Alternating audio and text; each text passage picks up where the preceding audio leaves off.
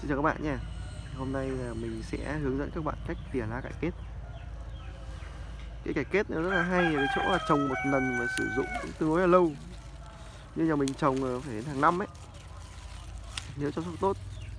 Cái này các bạn cứ tỉa lá ăn dần thôi. Nhà mình hôm nay đến định kỳ tỉa lá khách này. Trong quá trình tỉa thì các bạn chú ý là đừng vẽ ngược mà các bạn cấu gần sát cuống thôi. Cấu gần sát cuống. Và các bạn tỉa những cái lá bánh tẻ nhé để sử dụng. Như nhà mình đây thì tỉa định kỳ rồi nên là không có lá già, nên là tỉa tất cả những cái lá từ phía dưới trở lên và để chừa lại 4 đến 5 lá nõn để cái phát triển tiếp.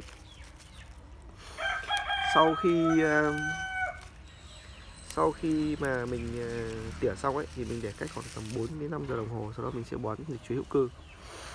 Như các bạn đã biết ấy, thì là nhà mình là 100% không sử dụng nân đạm hóa học mà sử dụng dịch chuối tự ủ. Cái dịch chuối này của nhà mình ấy là mình ủ bằng chuối chín này, bột đậu tương, nấm chi chô đề ma và dỉ mật đường. Cái dỉ mật đường mật mía này ấy, nếu mà các bạn có thì dùng, còn nếu không thì các bạn có thể thay bằng đường trắng cũng được, đường trắng hoặc đường vàng. 100% không sử dụng đơn đạm.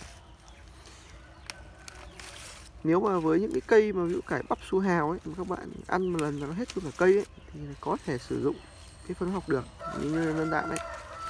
Nhưng phải đảm bảo là các bạn phải sử dụng đúng liều lượng và thời gian cách nghi chuẩn. Tại vì ăn xong một lần là thôi. Nhưng mà với cái cây cải kết này ấy, thì là khi mà sử dụng phân hóa học ấy, thì là cái đất nó rất là chai và cái cây nó không bền, nó không được tốt như này đâu. Đấy, nên là cây nó sẽ là rất là nhanh hỏng, nhanh xuống. Nên là mình khuyên các bạn nếu mà có điều kiện thì cũng chăm hữu cơ cho cây, vừa đảm bảo sức khỏe, cái chất rau nó ngon hơn và cây nó lại bền nhé.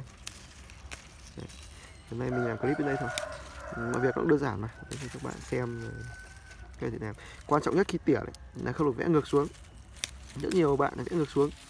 Đây mình hướng dẫn các bạn phải cấu gần cuống. Đấy, đảm bảo để cho cái phần gốc cuống nó vẫn còn dính trên cây nhé. Rồi, xin chào các bạn.